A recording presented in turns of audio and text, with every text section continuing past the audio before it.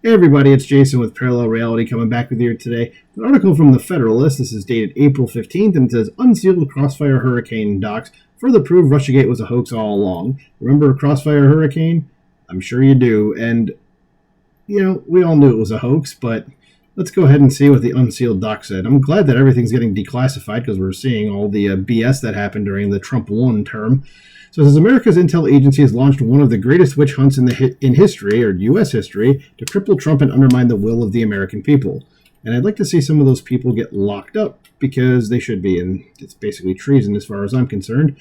Democrats and their media allies have run a lot of unsubstantiated, I can talk, hoaxes throughout the past several years. We're doing real good. We're one sentence in, and I've already a bunch of things. So while each is damaging in its own way, one of the biggest and arguably most destructive conspiracies perpetuated by these actors in Americans' own government was the unsubstantiated, got it right that time, narrative that Donald Trump colluded with Russia to steal the 2016 election. And they're sad that there's a lot of people out there that still believe that happened. Despite a complete lack of actual corroborating evidence, leftists spent years fomenting delusions that the New York-born billionaire, while in cahoots with the Kremlin, had masterminded a scheme to undermine American democracy and deny Hillary Clinton the White House. Even worse was many of those conspiracies were aided by U.S. intel agencies like the FBI, which concocted a years-long investigation called Crossfire Hurricane into Trump's first presidency using baseless evidence bought and paid for by a Clinton campaign-hired law firm. As well, Special Counsel John Durham's 2023 analysis of the FBI's antics confirmed what the Federalist had reported for years, that there was no evidentiary basis for the agency's anti-Trump probe. The damage the conspiracy had done to Americans' trust in elections was already complete. And now, almost 2 years after Durham's bombshell report, newly released documents further prove the baselessness of the scheme. So obtained by the Federalist late last week, nearly 700 pages of government records offer an introspective look into the FBI's efforts to undermine Trump using its crooked Crossfire Hurricane operation. And we're going to start with that infamous Steele dossier. Because to fully understand how the Russia collusion hoax came to fruition requires delving into the origins of Crossfire Hurricane. It says in early to mid 2016, the Clinton campaign's law firm, Perkins Coie, which is an evil place, says hired the opposition research from Fusion GPS to dig up dirt on Trump ahead of the November contest. As the Federalist Margot Cleveland reported, to accomplish this task, Fusion subsequently hired ex-British spy Christopher Steele in May or June of 2016 to focus on Trump's connections to Russia, and by June 20th, 2016, Steele had drafted the first of some 17 memoranda that would eventually compose what is now colloquially known as the Steele dossier. The Steele's initial memorandum, which contained bunk and salacious allegations about Trump, was then shopped by Steele to his FBI handler on July 5th, 2016, Cleveland continued. So where did Steele acquire the dirt for his anti-Trump dossier? This is further confirmed in the newly unsealed records, which detail Steele's September 27 interview with FBI officials. The ex-spy acknowledged that his anti-Trump Opal research largely relied upon claims from a primary subsource.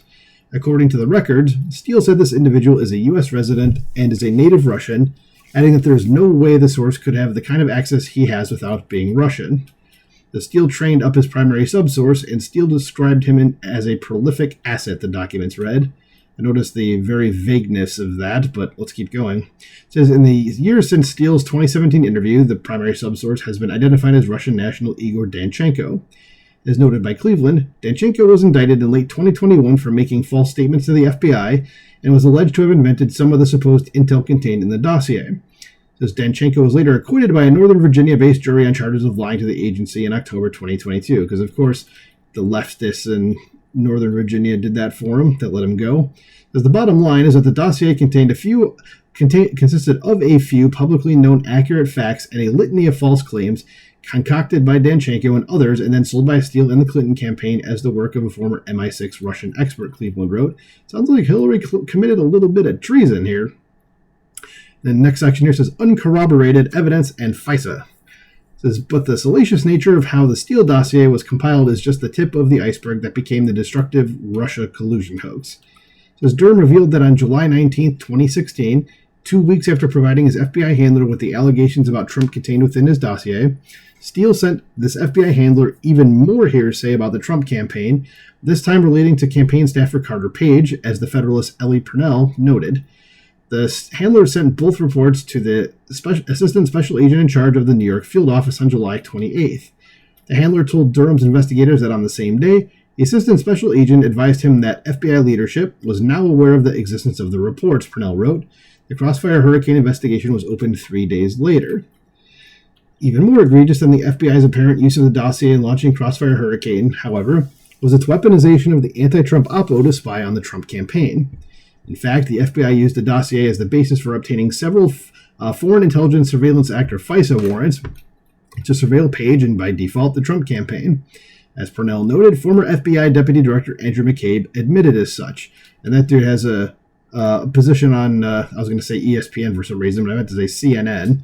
So, yeah, just to let you know, nothing really changed for that guy, and he's another person that should be behind bars.